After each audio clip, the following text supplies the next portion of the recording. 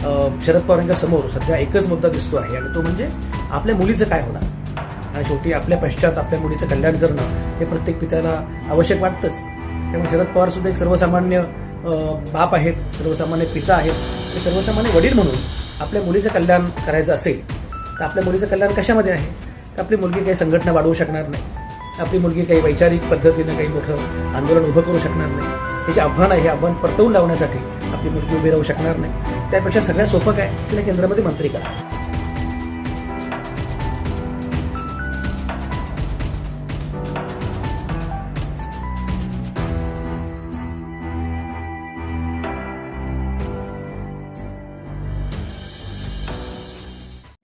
हाय, नमस्कार. मी संजय आवटे. सुप्रिया सुळे केंद्रामध्ये मंत्री होणार याच्यामध्ये काही शंका नाहीये. खरं म्हणजे बऱ्याच दिवसांपासून हे चाललं होतं. 2017मध्येच मोदींसोबत राष्ट्रवादी काँग्रेस जाईल अशी शक्यता होती. 2019च्या विधानसभा निवडणुकीनंतर राज्यामध्ये आणि केंद्रात सुद्धा भाजपसोबत शरद पवार जातील अशी शक्यता वर्तवली जात होती. मात्र प्रत्येक वेळी शरद पवारांनी थोडा वेळ लावला, थोडा अंदाज घेतला आणि साधारणपणे लोकांना हे आवडेल का वगैरे बघितलं आणि आता लक्षात आलं की आता मात्र ही योग्य वेळ आलेली आहे. सुप्रिया सुळे केंद्रामध्ये मंत्री होणार याच्यामध्ये काही शंका नाही. मुळामध्ये गंमत बघा, म्हणजे राष्ट्रवादी काँग्रेस अजित पवार भाजपसोबत गेलं पण तरीही केंद्रामध्ये अजित पवारांना मंत्रिपद मिळालं नाही. अजित पवारांच्या पक्षाला मंत्रिपद दिलं गेलं नाही. खरं म्हणजे प्रफुल्ल पटेलांची इच्छा होती की आपल्याला मंत्री करावं पण ते केलं गेलं नाही. अजित पवारांसोबत एकच खासदार आहेत हा मुद्दा नाहीये, कारण रामदास आठवलेंकडे पक्षाचा एकही खासदार नाहीये, तरी रामदास आठवले केंद्रामध्ये मंत्री आहेत. आमचे जीतन राम मांझी नावाचे गृहस्थ आहेत, त्यांचा हम नावाचा पक्ष हिंदुस्तान अवाम मोर्चा, त्यांचा एकच खासदार आहे, ते स्वतःच, आणि तरी ते मंत्री झाले. प्रफुल्ल पटेलांना मंत्री करता आलं असतं पण ते मंत्रीपद राखून ठेवलेलं आहे सुप्रिया सुळे यांच्यासाठी. सुप्रिया सुळेंचा पक्ष म्हणजे राष्ट्रवादी काँग्रेस शरद पवार हे आता अधिकृतपणे भाजपसोबत जाणार अशी चिन्ह दिसत आहेत. त्या वेळेचे सगळेजण वाट बघत होते आणि आता हे घडणार आहे. म्हणजे आता यामध्ये काही शंका नाहीये. फक्त वेळेची जरा चाचपणी सुरू होती, अंदाज घेणं सुरू होतं आणि आता या निर्णयाप्रत ही मंडळी येऊन पोहोचलेली आहेत. याच्यामध्ये काही शंका नाहीये. अजित पवार आणि शरद पवार हे दोन्ही पक्ष आता एकत्रितपणे जवळपास आल्यात जमा आहेत. त्यामुळे शरद पवारांचा पक्ष हा भाजपसोबत चाललाय याच्यामध्ये काही शंका नाहीये. आणि गंमत बघा, म्हणजे एकीकडे एवढं सगळं बोललं जात असतं. 28 डिसेंबरला म्हणजे माझ्याकडे आता एक निमंत्रण पत्रिका आली. विद्या प्रतिष्ठान नावाची संस्था आहे बारामतीमध्ये, त्याच्या Sharadchandra Pawar centre of excellence in artificial intelligence या नूतन वास्तूचं उद्घाटन केलं जाणार आहे. आणि त्या कार्यक्रमाचे प्रमुख पाहुणे कोण आहेत ते आहेत श्री गौतम अदानी यांच्या शुभ हस्ते हा कार्यक्रम होतोय. त्या कार्यक्रमाचे अध्यक्ष शरदचंद्र पवार असतील असं म्हटलंय. आणि कार्यक्रमाला उपस्थिती कोणाची असेल, अजित पवार, सुप्रिया सुळे आणि सुनेत्रा पवार हे तर हजर असतील. आणि आपल्या स्नेहांकित कोण आहेत, योगेंद्र पवार. हे जे काही भन्नाट कार्यक्रम सुरू आहे ना, म्हणजे योगेंद्र पवार निमंत्रण देणार, कार्यक्रमाला उपस्थिती असणार शरद पवार, अजित पवार, सुनेत्रा पवार, सुप्रिया सुळे यांची, आणि कार्यक्रमाचे प्रमुख पाहुणे ज्यांच्या हस्ते हे सगळं होणार आहेत ते असणार आहेत गौतम अदानी. तर मुळामध्ये मी तुम्हाला म्हटलं ना की हे लक्षात घेतलं पाहिजे आता की या पद्धतीनं आता सगळी तयारी झालेली आहे. त्यामुळे काय होणार हे जवळपास आता स्पष्ट झालेलं आहे. त्याच्यामध्ये फार वेगळी चिंता करण्याचं किंवा वेगळा विचार करण्याचं काही कारण नाहीये. शरद पवारांचा राष्ट्रवादी काँग्रेस आणि अजित पवारांची राष्ट्रवादी काँग्रेस हे दोन्ही पक्ष एकत्र येत आहेत हे आता कार्यकर्त्यांनी लक्षात घेतलं पाहिजे. प्रशांत जगतापांना असं वाटलं की याच्यामुळे पुरोगामी विचारांची जी काही आहे ती पायमल्ली होते किंवा पुरोगामी विचार मागे जातो आहे. कारण आणि ते त्यांना वाटणं स्वाभाविक आहे. प्रशांत जगतापांनी म्हणजे जेव्हा राष्ट्रवादी काँग्रेस पक्ष स्थापन झाला 10 जून 1999ला, तेव्हापासून आजतागायत ज्या लोकांनी छातीचा कोट करून हा पक्ष वाढवला, सांभाळला, अडचणीच्या काळात सुद्धा हा पक्ष उभा राहील असं बघितलं, एक भूमिका घेतली, एक भूमिका घेऊन जे लोक उभे राहिले त्यापैकी प्रशांत जगताप एक होते. आणि प्रशांत जगताप हे त्यामुळे नाराज झाले आणि त्यांनी राजीनामा दिला. आता प्रशांत जगताप नाराज झाल्यानंतर जेव्हा सुप्रिया सुळेंना विचारलं की प्रशांत जगताप नाराज झालेले आहेत, तर त्यांचं उत्तर इतकं हास्यास्पद आहे सुप्रिया सुळेंचं की नाराज काय म्हणे, बाहेर कशाला नाराजी, घरात वगैरे नाराजी शक्य आहे, बाहेर नाराज नसतं व्हायचं, वी आर प्रोफेशनल.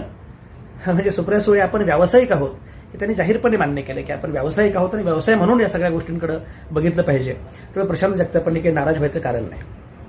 आणखी गंमत बघा, सुप्रिया सुळेंना एका पत्रकारानं असं विचारलं की बाकी सगळं खरं आहे, पण मुळामध्ये ज्या भाजपला, ज्या अजित पवारांना आपण विरोध केला, कार्यकर्त्यांनी ठरवून विरोध केला की बाकी सगळे लोक अजित पवारांच्या सोबत गेले, तेव्हा जे लोक शरद पवारांच्या सोबत राहिले, एक विचार म्हणून, एक भूमिका म्हणून अगदी सोबत राहिले, आता अजित पवारांच्या सोबत आपण गेलो, उद्या निकाल लागला आणि मग महानगरपालिकेमध्ये महायुती म्हणून सत्तेमध्ये आम्हाला जावं लागेल, भाजपसोबत जावं लागेल, तर महायुतीमध्ये जाणं आहे, कारण हे भाजपसोबत जाणं आहे, महायुतीमध्ये जाणं आहे, हे असं कसं काय चालेल? त्यामुळे हे बरोबर नाही असं तुम्हाला वाटत नाही का? तर सुप्रिया सुळेंनी म्हणजे क्लायमॅक्स आहे, म्हणजे एखाद्या माणसाची समज काय असू शकते, आकलन काय असू शकतं, याचा हा सर्वोच्च पुरावा आहे. सुप्रिया सुळे असं म्हणाल्या की 1999 मध्ये शरद पवारांनी जेव्हा राष्ट्रवादी काँग्रेस पक्ष स्थापन केला, काँग्रेस सोडून फोडून किंवा काय काँग्रेसमधून त्यांना काढून टाकलं गेलं, त्याचं निलंबन झालं काँग्रेसमधून आणि पक्ष स्थापन केला. तो पक्ष स्थापन केल्यानंतर जेव्हा निवडणुका झाल्या, तेव्हा निवडणूक झाल्यानंतर सोनिया गांधी स्वतः 2004 मध्ये शरद पवारांच्याकडे आल्या आणि शरद पवारांच्या घरी आल्या, त्यांना भेटल्या, त्यांचा मोठेपणा सोनिया गांधींचा, त्या भेटल्या आणि शरद पवारांनी त्या असं म्हटलं की ठीक आहे, झालं गेलं विसरून जाऊ, आता आपण एकत्र येऊया, तुम्हाला हवं ते मंत्रिपद घ्या, पण आपण एकत्र सरकार स्थापन करू. त्यामुळे झालं गेलं विसरून जायचं असतं. अरे काँग्रेस आणि राष्ट्रवादी काँग्रेस यांच्यामधली आघाडी आणि आता तुम्ही जे करता आहात त्याचा काही संबंध आहे का? याची तुलना कशी काय करता येऊ शकते? पण याची तुलना सुप्रिया सुळेंनी केलेली आहे. मला काही कळत नाहीये. मुळामध्ये एक असं आहे की तुम्हाला जायचं आहे ना, तुम्ही जा ना, पण उगाच ही मल्लीनाथी करण्याचं कारण काय? उगाच लोकशाहीबद्दल बोलण्याचं कारण काय? मुळामध्ये असं आहे की जेव्हा ऑपरेशन सिंदूर नंतर जेव्हा जगभरामध्ये जे शिष्टमंडळ पाठवलं गेलं, त्यामध्ये शशी थरूर होते आणि सुप्रिया सुळे सुद्धा होत्या, तर तेव्हाही लोकांना असं वाटलं की जरा जवळीक वाढत चाललेली आहे. पण ठीक आहे, तेव्हा मुद्दा वेगळा होता, राष्ट्रवादाचा मुद्दा होता, राष्ट्रीय हिताचा मुद्दा होता, असं आपण क्षणभर समजूया. पण साधारणपणे हे आता कधी ना कधीतरी होणार याच्यामध्ये काही शंका नव्हतीच. आणि मुळामध्ये नरेंद्र मोदी आणि शरद पवार यांचं प्रेम सख्य आपल्याला माहिती आहे, त्यामुळे त्यांनी एकत्र जायला हरकत काहीच नाहीये. तो त्यांचा प्रश्न आहे. शेवटी असं आहे की शरद पवारांच्या समोर सध्या एकच मुद्दा दिसतो आहे आणि तो म्हणजे आपल्या मुलीचं काय होणार.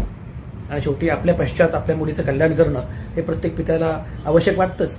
त्यामुळे शरद पवार सुद्धा एक सर्वसामान्य बाप आहेत, सर्वसामान्य पिता आहेत आणि सर्वसामान्य वडील म्हणून आपल्या मुलीचं कल्याण करायचं असेल तर आपल्या मुलीचं कल्याण कशामध्ये आहे?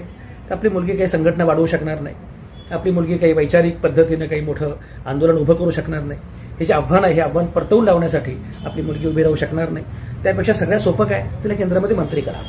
तसंही तिला लोकसभेमध्ये भाषण करायला आवडतं, इंग्रजी चांगलं आहे, हिंदी चांगलं आहे, मराठी बरं आहे आणि बोलू शकते, त्यामुळे मंत्री म्हणून काम करू शकेल. कारण आतापर्यंत सुप्रिया सुळेंना तशा अर्थानं मंत्रीपद कधीच मिळालं नाही. आणि जेव्हा शरद पवार सत्तेमध्ये होते तेव्हा सुद्धा सुप्रिया सुळे काही मंत्री झाले नाहीत, मंत्री होऊ शकल्या नाहीत. त्यामुळे सुप्रिया सुळेंना मंत्रीपद मिळू शकलं नाही. सुप्रिया सुळे आता केंद्रीय मंत्री होतील आणि केंद्रीय मंत्री झाल्या की त्यांचा पुढचा प्रवास सोपा होईल असं शरद पवारांना वाटणं अगदी स्वाभाविक आहे. याच्यामध्ये काही फार गैर आहे असं म्हणण्याचं कारण नाही. चूक आपली आहे, चूक इतरांची आहे. मला असं वाटतं की दोष आपला आहे. आपण ज्या काही अपेक्षा करतो ना, त्या अपेक्षा करणं बंद केलं पाहिजे. म्हणजे नितीश कुमार सुद्धा एक काळ असा होता की नितीश कुमार हे विरोधकांना, नरेंद्र मोदींना पर्याय ठरू शकतील अशा प्रकारची भूमिका लोक मांडत होते. नितीश कुमारांनी नंतर काय केलं हे आपल्याला माहिती आहे. नितीश कुमार यांची चूक आहे का? नितीश कुमार यांची चूक अजिबात नाही आहे. मला असं वाटतं आता सुद्धा शरद पवार आणि सुप्रिया सुळे यांनी ठरवलंय की आपल्याला जायचंय भाजपसोबत. मी तुम्हाला म्हटल्याप्रमाणे 2017 मध्ये सगळ्यात पहिल्यांदा ही चर्चा सुरू झाली होती आणि ते मला माहिती आहे, कारण ती सगळी मंडळी माझ्याशी पण बोलत होती. तर तेव्हा नाही, तेव्हा शक्य नव्हतं. कारण आपण जरा आणखी बघूया, 2019 मध्ये खरं म्हणजे जेव्हा निकाल लागला तेव्हा महाविकास आघाडीच्या ऐवजी भाजपसोबतच जावं असा खरं म्हणजे मूळ प्रस्ताव शरद पवारांच्या समोर होता. आणि अजित पवारांनी त्यामुळेच जे काही पहाटे शपथ वगैरे घेतली ती त्यातूनच घेतली, कारण ती चर्चा अगदी अधिकृतपणे झालेली होती. पण तेव्हा जाणं शक्य नव्हतं, कारण तेव्हा नुकताच पाऊस पडला होता. पावसात नुकतेच शरद पवार भिजलेले होते, वातावरण फार वेगळं होतं आणि महाराष्ट्रानं हे मान्य नसतं केलं. तर महाराष्ट्रानं हे मान्य केलं नसतं म्हणून मग थोडं थांबले आणि मग महाविकास आघाडी सरकार स्थापन झालं. महाविकास आघाडी सरकार स्थापन झालं, त्याच्यानंतर महाविकास आघाडी सरकार कोसळलं. त्यातही गंमत आहे, म्हणजे गौतम अदानी जे आता आहेत, गंमत बघा, म्हणजे गौतम अदानी प्रत्येक वेळी अशा काळात कसे असतात हा एक मला कायम प्रश्न पडतो. हे गौतम अदानी बारामतीमध्ये आले, शरद पवारांना भेटले.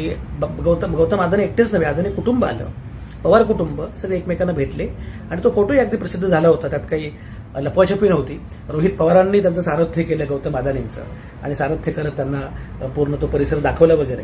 गौतम अदानी भेटून गेले शरद पवारांना आणि 2 दिवसामध्ये महाविकास आघाडी सरकार पडलं.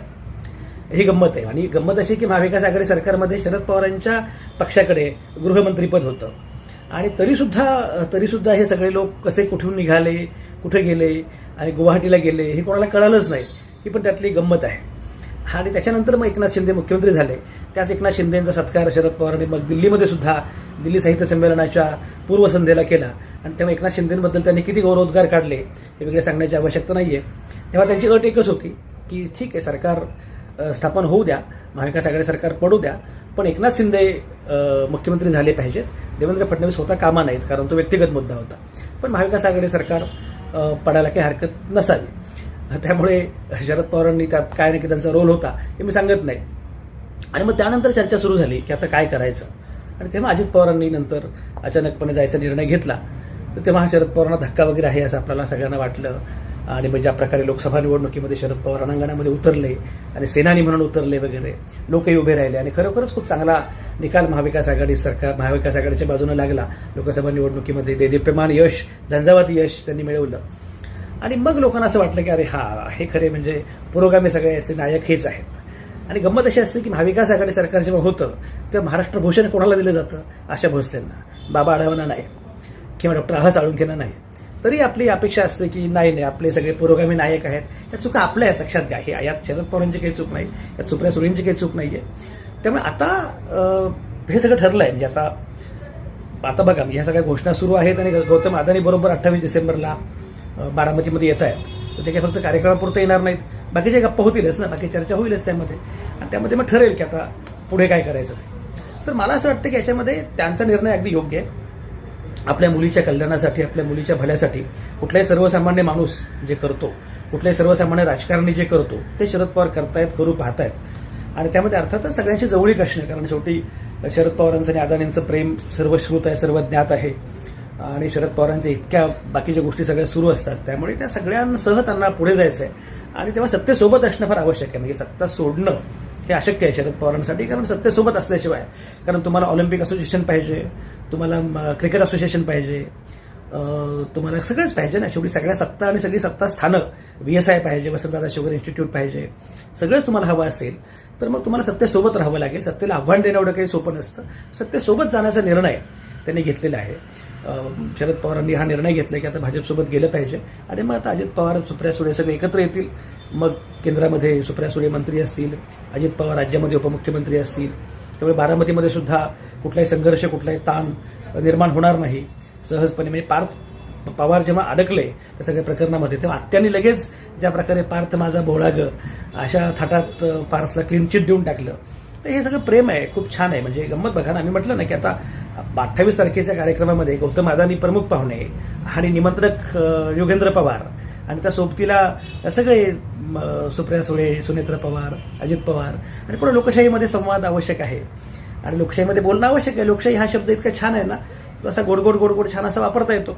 तो सुप्रिया सुळेंनी वापरला आहे पत्रकार परिषदेमध्ये बोलताना. मुद्दा असा आहे की आता प्रशांत जगतापांसारख्या कार्यकर्त्यांनी ठरवलं पाहिजे की तुमची भूमिका काय आहे. मला कोणीतरी असं मी परवा एका शरद पवारांच्या कार्यकर्त्याला विचारलं की बाबा रे, तुझी भूमिका काय, तुझा विचार काय आहे. तो म्हटलं शरद पवार साहेबांचा विचार तो माझा विचार. अरे पण म्हटलं शरद पवारांचा विचार काय आहे हे तुला माहिती आहे का. तर मुळामध्ये आपण हे ठरवलं पाहिजे की आपण कुठल्याही व्यक्तीचा विचार म्हणजे आपला विचार नसतो, कुठली व्यक्ती म्हणजे आपला विचार नसतो. आपला विचार म्हणजे आपला विचार असतो.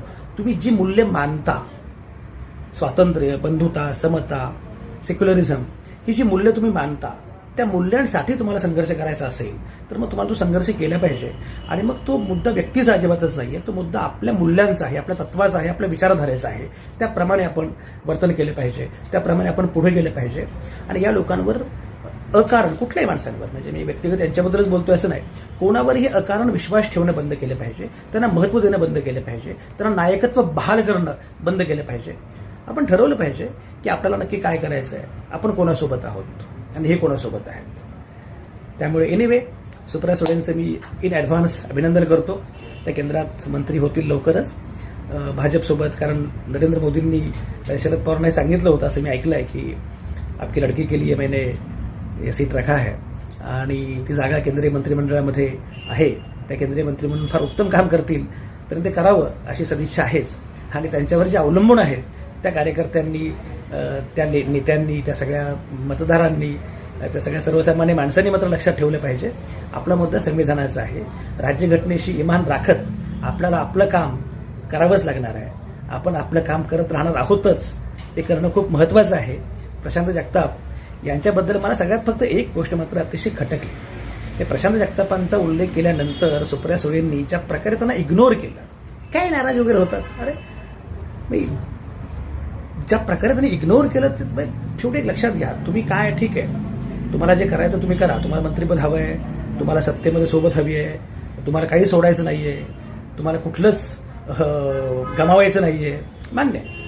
पण ज्यांनी तुमच्यासाठी तुम्हाला केंद्रबिंदू मानून एका मूल्यासाठी एक एवढा मोठा लढा दिला, एवढी झुंज दिली, आपलं सगळं पणाला लावलं, सगळं गमावलं, त्या माणसांबद्दल किमान कृतज्ञता तरी मनामध्ये असू द्या.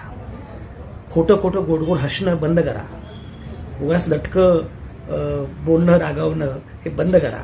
जरा प्रामाणिकपणे भिडा आणि किमान कृतज्ञता बाळगा या सगळ्या कार्यकर्त्यांबद्दल. नाराज म्हणजे काय हे मला कळत नाही, तेवढं तरी किमान असू द्या. बाकी तुम्हाला सदिच्छा आहेतच. धन्यवाद.